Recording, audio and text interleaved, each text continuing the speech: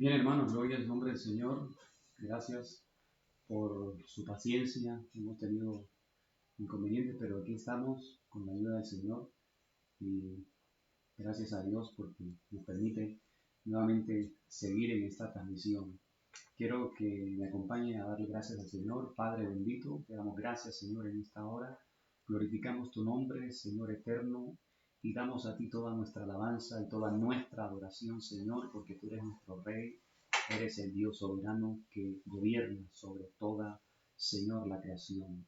Exaltamos tu nombre, Espíritu Santo, te damos gracias por tu presencia, Señor, y en el nombre de Jesús, oro para que, Señor, tu palabra ministre en nuestras vidas, para que, Señor, a través de esta palabra, Señor, fluyas en cada corazón, Señor, cada familia que está conectada en el nombre de Cristo Jesús, amado Dios, y cualquier persona que también pueda escuchar esta palabra, Señor, reciba el toque de tu Espíritu, Señor, y la bendición tuya en el nombre de Cristo Jesús. Gracias te damos, Señor. Amén y amén. Gloria a Dios, hermanos.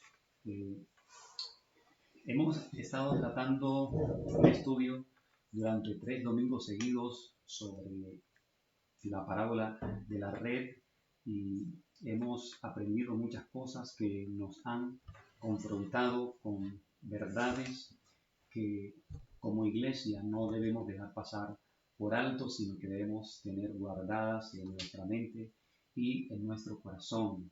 Y quiero que recuerde que esta parábola de la red que tratamos en estos domingos nos lleva a estudiar temas acerca de los últimos tiempos, y dentro de ellos hablamos acerca de la plenitud de los gentiles. Creo que usted se acuerda de ese tema, y también hablamos un poco acerca de lo que es el infierno, de esta realidad espiritual que el enemigo ha engañado a muchísima gente diciéndoles que no es real, pero está en la palabra de Dios, y si creemos en su palabra, creemos también lo que ella dice.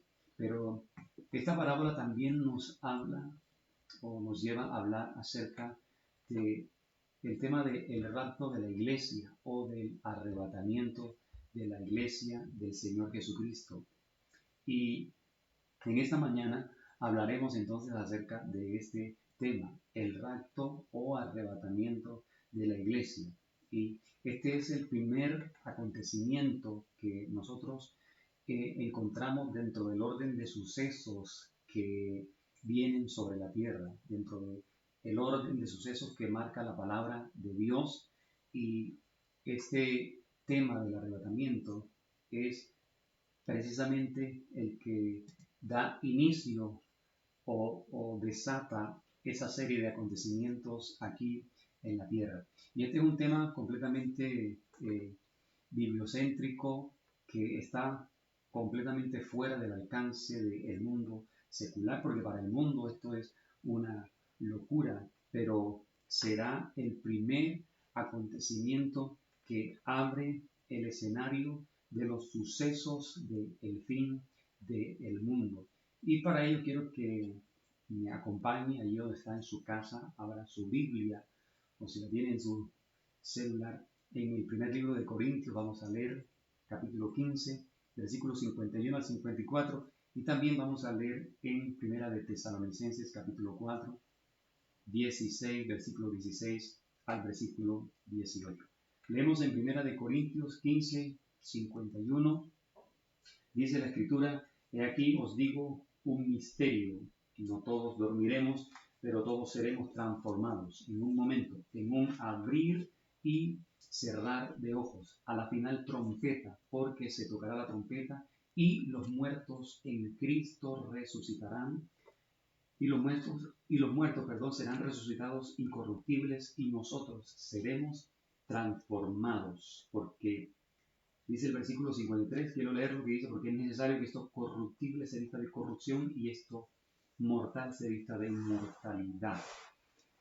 Y el versículo 54 dice: y cuando esto corruptible se haya vestido de incorrupción y esto mortal se haya vestido de inmortalidad, entonces se cumplirá la palabra que está escrita: su vida es la muerte en victoria. Amén. Y vamos a Primera de Tesalonicenses capítulo 4, el versículo 16 al 18. Dice esta escritura: porque el Señor mismo, con voz de mando, con voz de arcángel y con trompeta de Dios, descenderá del cielo, y los muertos en Cristo resucitarán primero. Luego nosotros, los que vivimos, los que hayamos quedado, seremos arrebatados juntamente con ellos en las nubes para recibir al Señor en el aire. Y así estaremos siempre con el Señor. Por tanto, alentaos los unos a los otros con estas palabras. Amén. Gloria al Señor. Bien, muchos discuten el hecho de que la palabra rapto no se encuentra en la Biblia o no aparece en la Biblia. Y muchos no creen en este acontecimiento que está en la palabra de Dios y niegan lo que la Escritura dice con respecto al rapto de la iglesia. Pero es algo que es escrito por el mismo Señor y también claramente lo enseña el apóstol Pablo, como en estos capítulos que hemos leído. La carta a los Corintios y la Tesalonicenses son escritas por el apóstol Pablo y él escribe sobre este tema con toda convicción. Y el Señor Jesús también habló muy claro acerca de este tema, y es un tema donde en su momento, en el momento de su acontecimiento, es ese suceso que va a despertar todas las emociones en los seres humanos, y, y habrá muchas especulaciones en su momento por los medios de comunicación, pero también causará gran confusión en toda la humanidad, en todos los incrédulos sobre la tierra que habrán quedado aquí en la tierra, porque, porque aquellas personas que rechazan la palabra de Dios, aquellas personas que no creen en esto que dice la Biblia y tengan hijos pequeños, tengan niños, esos niños van a desaparecer, esos niños van a ser también levantados, y ahí es donde viene la confusión también, porque esos padres van a estar buscando a esos niños y ya no van a estar, porque van a ser trasladados, van a ser raptados por el Señor. Y muchas cosas más sucederán en ese momento, pero la iglesia ya no estará aquí, ya no tendremos que dar cuenta de lo que esté pasando aquí, ni tendremos tampoco memoria de lo que esté sucediendo aquí o de las personas que quedaron aquí, porque en eso consiste el gozo de la eternidad. Pero lo que el Señor Jesús dijo hace 2000 años en el Evangelio según San Juan, en el capítulo 14, versículo 1 al 3, Evangelio de San Juan, capítulo 14, versículo 1 al 3, permítame leer esta escritura. Dice Juan 14, 1 al 3, no se turbe vuestro corazón, creéis en Dios, creed también en mí. En la casa de mi Padre muchas moradas hay. Si así no fuera, yo os lo hubiera dicho. Voy pues a preparar lugar para vosotros. Y si me fuere y yo prepararé lugar, vendré otra vez. Y os tomaré a mí mismo para que donde yo estoy, vosotros también estoy. El Señor Jesús es el mismo que dice estas palabras. Y Él le dice a sus discípulos, en la casa de mi Padre muchas moradas hay. Dice, si no fuera así, yo no se los estuviera diciendo. Voy a preparar lugar para vosotros. Y cuando el Señor dice, yo os tomaré a mí mismo, aquí se refiere al levantamiento de su iglesia. Cuando Él dice, os tomaré a mí mismo, se refiere al arrebatamiento, se refiere a que Él toma su cuerpo, la iglesia que compró a precio de sangre. Él toma el cuerpo que sigue su cabeza, que obedece a la cabeza y que está atento a la orden de la cabeza. El texto de Primera de Corintios, donde leímos, dice que los muertos en Cristo resucitarán primero. Y dice, y nosotros nos encontraremos con ellos en el aire, en las nubes. La pregunta es, ¿cómo será eso? No lo podemos quizá imaginar con nuestra mente limitada, pero Filipenses capítulo 3, versículo 20 y 21 dice que nuestra ciudadanía está en los cielos, de donde también esperamos al Salvador, al Señor Jesucristo. Y dice, el cual transformará el cuerpo de la humillación nuestra para que sea semejante al cuerpo de la gloria suya. Y dice, por el poder con el cual puede asimismo sujetar todas las cosas. Entonces, el apóstol Pablo dice aquí en Filipenses que eso será por su poder. Dice, transformará el cuerpo de nuestra humillación. Es decir, este cuerpo corruptible, Él lo va a transformar, como dice también en Corintios, donde leímos, es necesario que este cuerpo corruptible se vista de incorrupción, dice el apóstol Pablo. Y se va a ser transformado por el poder de Dios. Es que será transformado, como dice el mismo apóstol Pablo. Entonces, hermanos, la palabra que aparece allí en Primera de Tesalonicenses, capítulo 4, versículo 17, cuando el texto dice que seremos arrebatados juntamente con ellos para recibir al Señor en los aires. La palabra arrebatar en griego es la palabra arpazo, con H y Z. Arpazo, que significa ser llevado por la fuerza.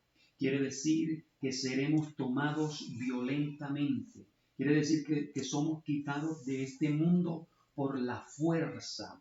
Es como cuando, por ejemplo, usted quita a una persona del camino porque ve que viene un vehículo y lo va a arrollar, y usted quita a esta persona del camino con fuerza, lo hace rápidamente, lo hace con violencia para que esta persona sea libre de la muerte. Eso es lo que significa arpazo. Es decir, esa fuerza, esa violencia de que habla este significado de arpazo, tiene que ver con que eso tiene que ser en el acto, con que eso tiene que ser ya, eso tiene que ser inmediato. No puede haber vacilaciones. Si usted ve a una persona que está en peligro en la carretera, usted no va a pensar, ¿será que si lo quito lo voy a maltratar? ¿O será que le voy a dañar la camisa que acabo de comprar? ¿O voy a esperar a ver si el carro frena? No, usted no creo que hace eso. Usted lo quita rápidamente para salvarlo del peligro.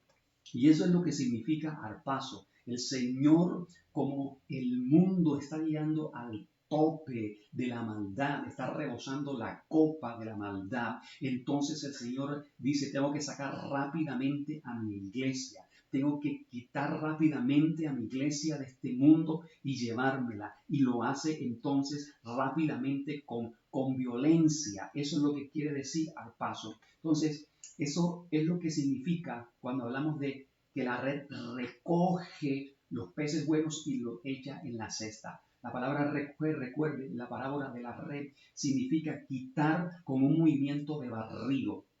Y eso es lo que hace el Señor. Recuerde que la cesta significa o representa el arrebatamiento de la iglesia. Y es lo que el Señor también dice en Juan, donde leímos capítulo 14, cuando dice, os tomaré a mí mismo. O sea, Él arrebatará lo suyo, lo quitará de medio de la tierra, de la maldad y de la corrupción del mundo.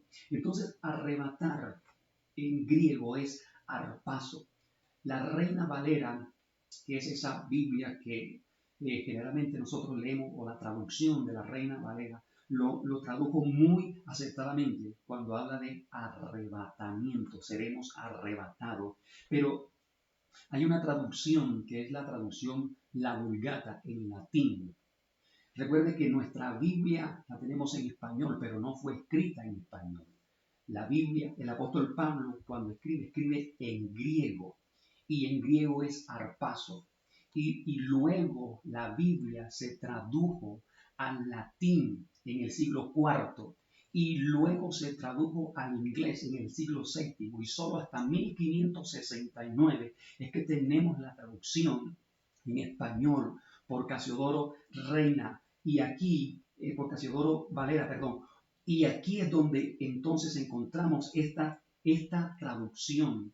La palabra arpazo es arrebatados. Y en la Vulgata, la traducción al latín, la palabra que aparece allí en esa traducción es la palabra rapiemur. Y esta palabra es en latín. Luego se tradujo al inglés. Y cuando se traduce al inglés, la palabra que aparece es ser tomados. Es lo que dice, repito, Juan capítulo 14, cuando el Señor dice, os tomaré a mí mismo. El mismo Señor lo dijo. Así se tradujo arpazo. Entonces, primero es en griego, que fue arpazo. Luego se tradujo al latín, que es rapiemur. Y luego se tradujo al inglés como ser tomados. Y después al español, que es arrebatados. Entonces, hay palabras en inglés y hay palabras en latín palabras en inglés y palabras en español que vienen del latín, que son traídas del latín. Y dentro de la familia de rapiemur en latín está la palabra rapto. Viene de esa raíz. Rapto significa la experiencia de ser llevado. Y otras palabras que son también relativas a la palabra rapto es la palabra raptar. Y la palabra raptar quiere decir llevarse a una persona por la fuerza en un movimiento rápido. Pero también está la palabra raptado, que quiere decir ser quitado o tomado, levantado rápidamente. Entonces, todas estas palabras, raptar, rapto, raptado, son representaciones de lo que el rapto viene a ser. Son representaciones del rapto de la iglesia y vienen de la misma raíz, rapiemur, en el latín, que fue traducido de la palabra arpazo en griego. Así es como entonces nosotros los cristianos, o así es como en el medio cristiano, nosotros utilizamos la palabra rapto. Cuando nos reunimos como iglesia y vamos a tratar un tema como este, por ejemplo, que estamos tratando, el rapto de la iglesia, no decimos, vamos a hablar de los que seremos tomados. Yo creo que usted ha escuchado eso, ¿cierto? O vamos a hablar de los que vamos a ser trasladados o los que vamos a ser llevados. No. Cuando vamos a tratar de este tema, vamos a hablar del rapto de la iglesia o vamos a hablar del arrebatamiento de la iglesia. Y de hecho, ningún libro, creo, que trataría este tema titulándolo los llevados o los tomados. No, porque si usted lee un título, los llevados, usted va a decir, no, ese libro habla de los que están arruinados, ¿cierto? O si habla de los tomados, usted de pronto dirá, no, ese libro de pronto habla de los que toman licor. Pero no se imagina que está hablando del rapto de la iglesia. Un libro titula El rapto de la iglesia o titula El arrebatamiento de la iglesia. Ahora, quiero que veamos el vocabulario o el léxico que utiliza el apóstol Pablo en 1 Corintios 15, 52, cuando dice el texto, 1 Corintios 15, 52, él dice, en un momento, en un abrir y cerrar de ojos, a la final trompeta, porque dice, se tocará la trompeta. Dice, se tocará la trompeta, como dice Primera de Tesalonicenses 4, 16. Y este es un texto que claramente habla o describe el rapto de la iglesia, porque raptar, recuerde, es llevar a una persona en un movimiento rápido y aquí dice en un momento, en un abrir y cerrar de ojos. Y si usted abre y cierra los ojos, eso es rápido, eso es inmediato. Entonces es lo que dice el apóstol Pablo, en un abrir y cerrar de ojos. Pero el apóstol Pablo habla aquí en Primera de Corintios de la final trompeta, donde leímos el texto de Primera de Corintios, capítulo 15, el versículo número 52. El apóstol Pablo dice, en un momento, en un abrir y cerrar de ojos, a la final trompeta, dice el apóstol Pablo.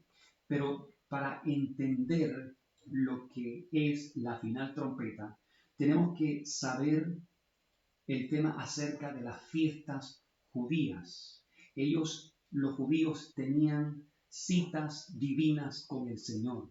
Y las citas que ellos tenían específicamente con el Dios eterno eran 7 citas divinas que ellos tenían cada año. Durante el año tenían esas citas divinas con el Señor. Y debemos entender entonces lo que eran estas 7 fiestas. La palabra fiesta en el hebreo es la palabra moed, termina en D. Y moed significa una cita divina. Eso era lo que ellos tenían. Por eso Moisés le llamó, cuando Moisés estuvo frente a Faraón, le dijo, deja salir a mi pueblo, te dice el Señor, porque vamos a celebrar fiesta a Jehová. Es decir, Moisés estaba diciendo, tenemos una cita divina con el Señor en el desierto. Por eso Moisés le habla así a Faraón, porque iban a empezar a tener esas citas divinas con el Señor, que tienen un gran significado para la iglesia de Jesucristo. Entonces, creo que todos ustedes han visto o han escuchado hablar acerca del candelabro, o han visto un candelabro, pero un candelabro de 7 brazos, que le llaman en hebreo la menorá. Tiene 7 brazos. Cada uno de estos brazos representa una fiesta. Los 7 brazos de la menorá son 7 brazos porque son 7 fiestas, las siete citas divinas que tenían o que tienen los judíos cada año con el Dios eterno. Y la primera fiesta, el primer brazo es la Pascua. Luego sigue los panes sin levadura. Luego vienen las primicias. Luego viene la fiesta de Pentecostés, que es el brazo de medio, el brazo central. Y después viene la fiesta de las trompetas, después la expiación y por último la fiesta de los tabernáculos. Pero quiero que observe que en ese brazo, en ese candelabro o en la menorá de 7 brazos, el brazo de medio es el de Pentecostés. Hay 3 y 3, pero el brazo de medio es el brazo de Pentecostés. Y recuerden que en Pentecostés es donde nace la iglesia. La iglesia nace en Pentecostés como tal. Y también allí empieza la era de la gracia, que inicia con la muerte y resurrección del Señor Jesucristo. Y el Señor Jesucristo, con su muerte y resurrección, Él parte la historia en 2. Por eso usted escucha o en los libros aparece antes de Cristo y después de Cristo. Eso fue en el hecho de la muerte y resurrección de Cristo. Cuando el Señor va a ascender, Él aparece a los discípulos durante 40 días. 10 días después, entonces viene el Pentecostés. Entonces, Cristo, el Señor Jesucristo, es la representación viva del candelabro o de la menorá, porque en Él se cumplen todas estas fiestas. Por ejemplo, la fiesta de la Pascua. ¿Qué dice la Biblia? Él es nuestra Pascua. Él es el Cordero Pascual que vino a quitar el pecado del mundo. Luego sigue la fiesta de los panes sin levadura. Y él dijo, yo soy el pan vivo que descendió del cielo. Pero es un pan sin levadura, o sea, sin mancha, sin pecado. Luego sigue la fiesta de las primicias. ¿Y qué dice 1 Corintios 15:20? Que Él es primicia de los que durmieron. O sea, Él es la primicia de los que resucitaron. ¿Para qué? Para traer una cosecha abundante de almas. Por eso el escritor del libro de Isaías dice en el capítulo 53 que Él es el fruto de la aflicción, somos el fruto, de la aflicción de su alma, porque como Él fue la primicia, y recuerden que cuando se da la primicia es el anuncio de una gran cosecha.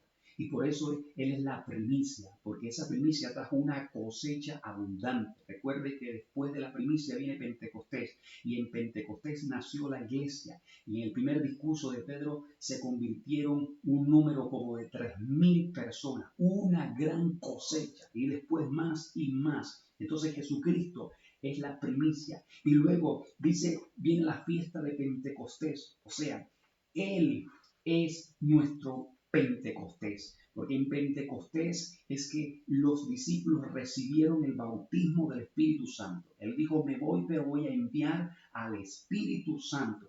Entonces, Él es nuestro Pentecostés. Y luego viene la fiesta de las trompetas. Él es esa voz de trompeta que viene a despertarnos, esa voz de trompeta que viene a congregarnos como iglesia. Y luego viene la fiesta de la expiación, y Él pagó la culpa de nuestro pecado con su sacrificio, expió por nosotros. Así que Él es la expiación. Y luego la fiesta de los tabernáculos, la número 7, y Él tabernaculizó en nosotros. Él vino a vivir en nosotros, vino a habitar en nosotros. Entonces el Señor Jesús, parte la historia en dos. Y el brazo de medio de la menorá es Pentecostés. Y luego viene la fiesta de las trompetas. Quiero que tenga esto presente. El brazo de medio es Pentecostés. Y luego sigue la fiesta de las trompetas. Y escuchen, lo que quiero decir con esto es que después de la ida del Señor, después de su ascenso al cielo en una nube, lo que nos hará subir para tener un encuentro con Él es el sonido de la trompeta o el sonido del shofar. Después que Él subió, entonces lo que nos lleva hacia Él es ese sonido de trompeta, es el sonido del shofar. Después del Pentecostés suena la trompeta. Después del Pentecostés viene la fiesta de las trompetas. Ahora, pregunta es, ¿qué pasa en Pentecostés? Si vemos el libro de los Hechos, en Pentecostés la iglesia es viva. En Pentecostés la iglesia es poderosa. En Pentecostés la iglesia es gloriosa. La iglesia es llena de su presencia. En Pentecostés la iglesia es temerosa de Dios. En Pentecostés la iglesia está llena del fruto del Espíritu. En Pentecostés la iglesia tiene revelación de la palabra. En Pentecostés la iglesia honra al Señor por encima de las pretensiones del hombre y de los gobernantes que están en contra de la palabra. En otras palabras, para el encuentro con el Señor en las nubes, como dice Tesalonicenses, la iglesia necesita estar viva. La iglesia necesita estar conectada con el Espíritu. La iglesia necesita estar firme en la fe. Necesita ser una iglesia inamovible ante el mundo y los edictos diabólicos de las entidades gubernamentales que están en contra de la palabra de Dios. La iglesia necesita ser una iglesia irreprensible, una iglesia llena verdaderamente del amor del Padre, una iglesia sin contaminación, una iglesia en santidad, fluyendo en el Espíritu de Dios. Esa iglesia es la que va a escuchar la final trompeta. Esa iglesia es la que va a escuchar el sonido del shofar. ¿Por qué? Porque después de Pentecostés suena la trompeta. Después de Pentecostés es la fiesta de las trompetas. Ahora, la fiesta de las trompetas representa el retorno de Jesucristo a la tierra por su iglesia. Es lo que dice Primera de Tesalonicenses 4:16, donde leímos, porque el Señor mismo, con voz de arcángel y con trompeta de Dios, descenderá del cielo. Y escuche cómo dice, con trompeta de Dios descenderá del cielo. La fiesta de las trompetas es una convocatoria de los santos. Levíticos capítulo 23, versículo 24 lo dice. Levíticos, libro de Levíticos capítulo 23, permítame leer este texto. Levíticos 23, versículo 24, dice el texto, habla a los hijos de Israel, le dijo Dios a Moisés, y diles, en el mes séptimo al primero del mes tendréis día de reposo, una conmemoración al son de trompetas, una santa convocación. Ayer está hablando de la fiesta de las trompetas. Y aunque la fiesta de las trompetas es en el séptimo mes, esta fiesta es llamada actualmente por los judíos el Rosh Hashanah. El Rosh Hashanah, que significa cabeza de año. Es decir, que para los judíos esta fiesta representa un nuevo año. Es decir, ahora mismo, precisamente en este mes de septiembre, es el Rosh Hashanah. Es el inicio del nuevo año secular para los judíos. En este momento ellos están cerrando año, o sea, es su fin de año. No es para nosotros, no es como para nosotros que es el 31 de diciembre. Para ellos es en este momento el Rosh Hashanah. Están dando entrada a un nuevo año para ellos. Y según la escritura, ellos tenían 2 años nuevos. Este que es el Rosh Hashanah, el año nuevo secular, pero también tenían el año nuevo religioso. Recuerden, en Éxodo capítulo 12, cuando la Pascua, el Señor les dijo que sería el primer mes del año, donde celebrarían la Pascua. Entonces ellos tienen 2 años nuevos. Uno que es el año nuevo secular y el año nuevo religioso. El año nuevo secular es donde es la fiesta de las trompetas y el nuevo año religioso es la fiesta de la Pascua. Son 2 años nuevos que ellos tienen. Por eso decimos que Israel es el reloj profético de Dios, porque el calendario de las fiestas judías es un calendario profético. Si lo vemos como lo estamos viendo ahora. Entonces, escuche, estas 4 primeras fiestas en la menorá, que empieza con la Pascua, panes sin levadura, la primicia y el Pentecostés, estas 4 primeras fiestas fueron cumplidas totalmente por el Señor Jesucristo aquí en la tierra. Es decir, el Señor Jesús cumple las 3 primeras fiestas en el mismo mes que ellos celebran, en el mes de Nisan. En el mes de Nisan se celebra la fiesta de la Pascua, se celebra los panes sin levadura y las primicias. Y el Señor, estas 3 fiestas, las cumple de un solo golpe. Estas primeras 3 fiestas en el mes de Nisan. Por ejemplo, cuando la Pascua, Él dijo, yo soy la Pascua y yo voy a morir el 14 de Nisan, que es donde se empieza a celebrar la Pascua, el 14 de Nisan. Y el Señor dijo, yo soy la Pascua y voy a morir el 14 de Nisan. Y Él murió en la Pascua, recuerde. Y luego los panes sin levadura fueron al otro día, inmediatamente. Y Él dijo, yo soy el pan vivo que descendió del cielo, pero sin levadura, sin pecado. Y luego, a los 3 días, el 17 de Nisan, digo, voy a morir el 17 de Nisan, en la primicia, soy la primicia en la resurrección. Entonces, ahí el Señor Jesús cumple esas 3 fiestas. Y es lo que sucede también cuando el pueblo sale de Egipto. Allí está la representación. Recuerde que ellos para salir, ¿qué fue lo primero que hicieron?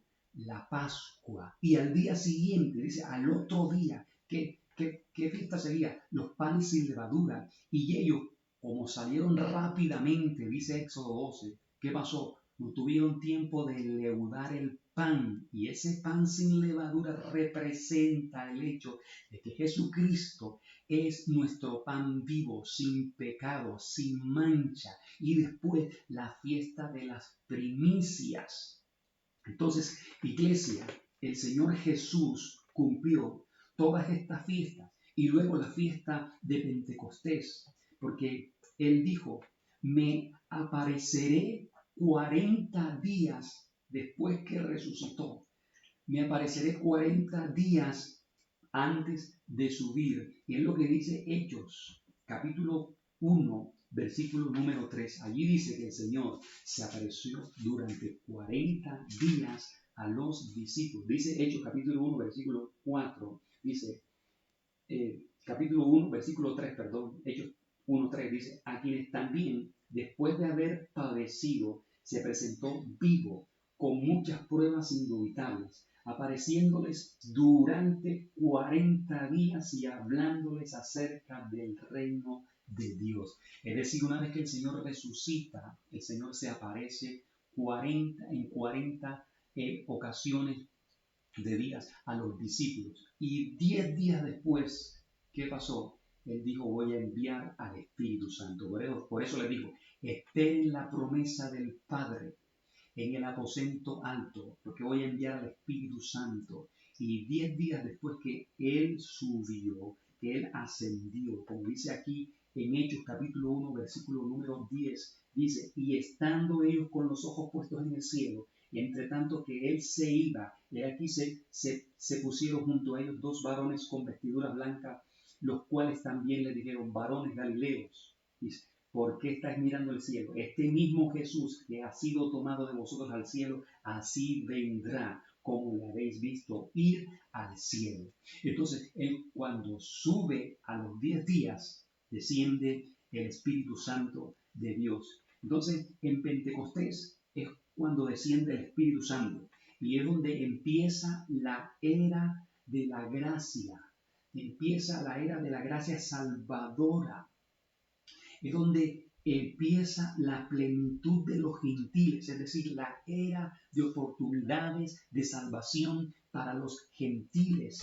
La red empieza a llenarse aquí a partir de Pentecostés. ¿Y dónde termina de llenarse? ¿Cuándo es el punto final? En el rapto de la iglesia. Así que la plenitud de los gentiles va desde Pentecostés hasta el rapto de la iglesia, cuando termina el tiempo de oportunidades para los gentiles. Entonces el Señor sube cumpliendo activamente las 4 primeras fiestas.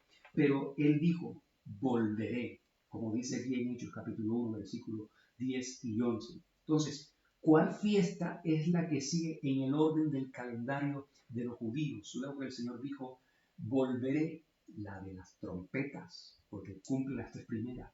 Es la fiesta que sigue. Entonces, iglesia, nuestra próxima cita divina será cuando suene el shofar. Nuestra próxima cita divina será cuando suenen las trompetas o a la final trompeta, como dice el apóstol Pablo en 1 Corintios 15, 52. Nuestras vidas, por lo tanto, deben estar listas para escuchar la trompeta de Dios.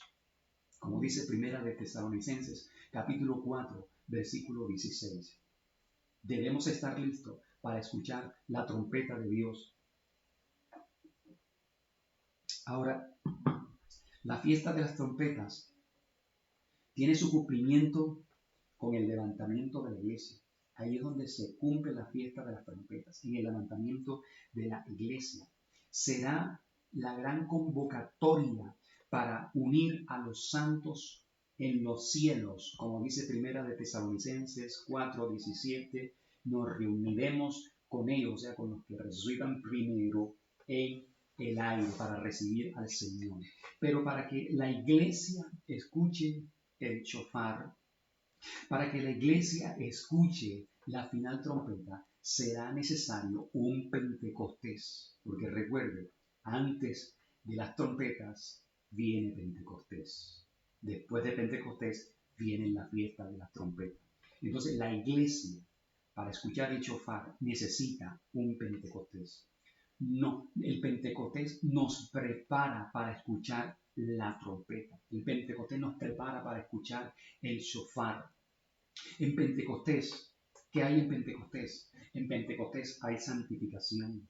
En Pentecostés hay santidad. En Pentecostés la iglesia es purificada.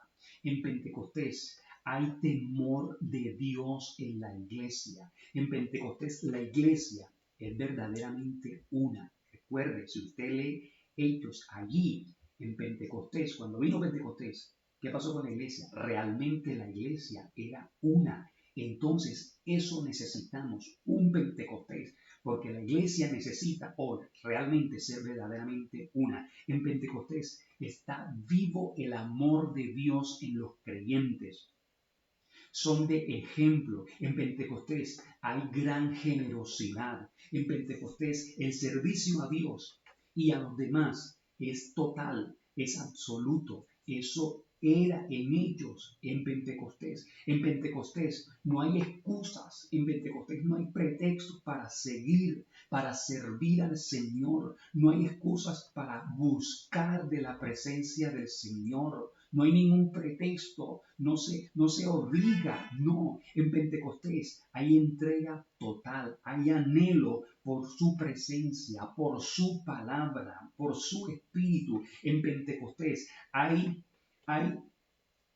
Pentecostés no hay apatía, en Pentecostés no hay desidia, en Pentecostés no hay pesadez espiritual, ahí es llenura del espíritu. Y entre más llenura, hay más hambre del Espíritu de Dios. En Pentecostés hay perseverancia, hay paciencia, hay fidelidad. Y eso había en los discípulos en Pentecostés. Había perseverancia, había paciencia, había fidelidad. En Pentecostés no hay protagonismo de hombre, no, eso no existe en Pentecostés. En Pentecostés no se busca el éxito ministerial, no. En Pentecostés se busca mostrar a Jesucristo, se busca modelar a Cristo. En Pentecostés se busca vivir en Cristo y caminar en Cristo Jesús. Y eso vimos en la iglesia de Hechos de los Apóstoles en Pentecostés. En Pentecostés hay obediencia absoluta a Dios. Se obedece absolutamente a Dios. En Pentecostés se exaltan los principios, se exaltan las normas y las convicciones. Eso sucede en Pentecostés. En Pentecostés se está por encima del sistema del mundo, del sincretismo del mundo. En Pentecostés se está por encima de la mezcla del mundo. En Pentecostés hay vida realmente de Dios en la iglesia de Jesucristo. En Pentecostés hay defensa del Evangelio de Jesucristo y por lo tanto, como hay defensa del Evangelio de Jesucristo, ¿qué pasa? La furia del diablo se levanta terriblemente. Entonces hay aborrecimiento hacia los creyentes, hacia la iglesia de Jesucristo. Hay persecución en Pentecostés. Eso sucede en Pentecostés, pero en Pentecostés estamos del lado del ganador. En Pentecostés estamos con el Dios soberano, con el Dios que está por encima de todo principado y de toda potestad y de toda fuerza del enemigo. Pidamos, Iglesia de Jesucristo, un Pentecostés, porque los de Pentecostés son los llamados por el shofar, son los llamados por la trompeta, por el sonido de la trompeta. Roguemos al Señor por un Pentecostés, porque la iglesia de hoy necesita un Pentecostés, necesita ser purificada, necesita ser limpia, necesita ser santificada para escuchar el shofar, las trompetas de Dios. Bendito sea el nombre del Señor. Vamos a darle gracias a Dios. Padre, bendecimos tu nombre en esta mañana, Señor. Te exaltamos y te honramos, oh Dios, y te damos gracias, Señor, por tu palabra, Padre Celestial. Señor, en esta hora, amado Dios, te ruego en el nombre de Jesucristo, Señor bendito, que tu presencia, tu Santo Espíritu, Señor, ministre cada familia en esta hora, Señor. Oro en el nombre de Jesucristo, Señor, por aquellas personas, Padre Celestial, que se han enfriado, que se han alejado de ti, Señor, para que sea tu presencia y tu poder operando en sus corazones, Señor. En el nombre de Jesucristo, Señor, y vuelvan hacia ti, Señor, y se arrepientan de sus pecados, Señor, en el nombre poderoso de Cristo Jesús, y decidan caminar contigo fielmente, Señor. En el nombre de Jesús, amado Dios, oro para que tu iglesia, Señor, sea avivada, sea levantada, sea afirmada por tu Santo Espíritu, Señor.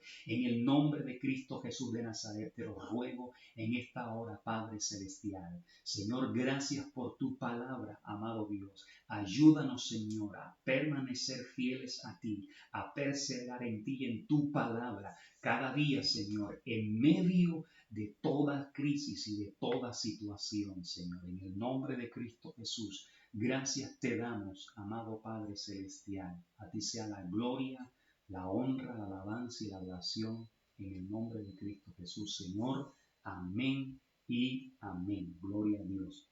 Dios le bendiga, amados hermanos, amada iglesia de Jesucristo.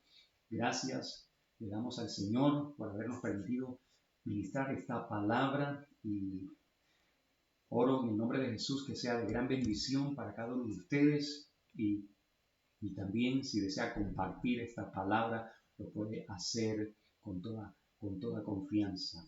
Queremos bendecirles durante todo este día y el próximo jueves, Dios mediante, estaremos allí también con la ayuda del Señor. Que tengan buenas tardes. Bendiciones para todos.